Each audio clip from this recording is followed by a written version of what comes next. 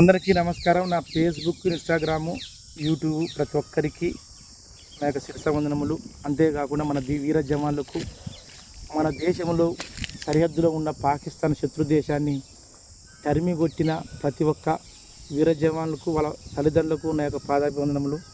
అంతేకాకుండా ఈ యొక్క యుద్ధంలో ప్రాణాలు కోల్పోయిన వీర జవాన్లకు, మన యొక్క తెలుగు బిడ్డ అయిన వీర జవానుడు మహావీరుడు మురళీ నాయక్ నా యొక్క హృదయపూర్వక వందనం తెలియజేస్తూ, వాళ్ళ తల్లిదండ్రులకు నా హృదయపూర్వక పాదాభివందనం తెలియజేస్తూ, ప్రతి ఒక్కరూ ఒక వజ్ర కంచంలాగా ఉండాలి.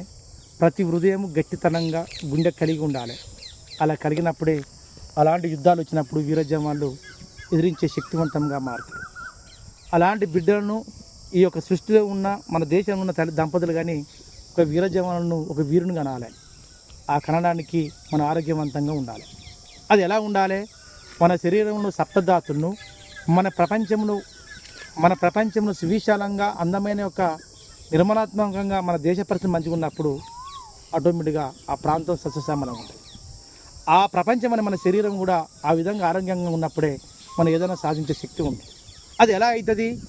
మన యొక్క శరీరం అనేది సువిశాలమైన నిర్మలాత్మకంగా తయారు కావాలంటే ప్రతి ఉదయం సాయంత్రం కానీ ఖచ్చితంగా ఈ యొక్క తిప్పతీగను, ఈ యొక్క రాయి చెట్టును, ఈ యొక్క మర్రి చెట్టును, ఈ యొక్క ఊరు చెట్టును, ఈ నాలుగిటిని సమూలంగా తీసుకొని ప్రతిరోజు ఆటోమేటిక్గా కొన్ని పదార్థాలు నేరుగా ఉదయం పరిగెట్టడం నవ్వడానికి ఏదైనా ఒక పదార్థం నవ్వులు తినడానికి ప్రయత్నం చేయాలి.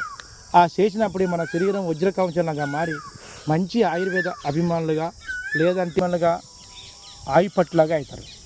అంతేకాకుండా ఏ గుండె వ్యాధి కానీ, పీపుడుతిత్తుల వ్యాధి కానీ, మెదడు కానీ, కిడ్నీ వ్యాధి, ఏ వ్యాధి అయినా సర్వసం ఏ వ్యాధి అయినా కానీ అన్నిటి తరిమి కొట్టేది ఒకటి.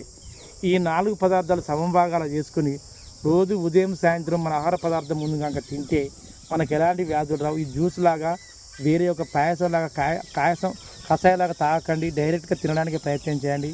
మంచి ఆయుర్వేద అభిమానులుగా వర్ధిల్లుతూ మరొకసారి వీర జవాన్లకు, వాళ్ళ తల్లిదండ్రులకు, వాళ్ళ వారసులకు నా యొక్క పాదాభివందనలు తెలియజేస్తూ మీతో సెలవు తీసుకుంటూ జై హింద్.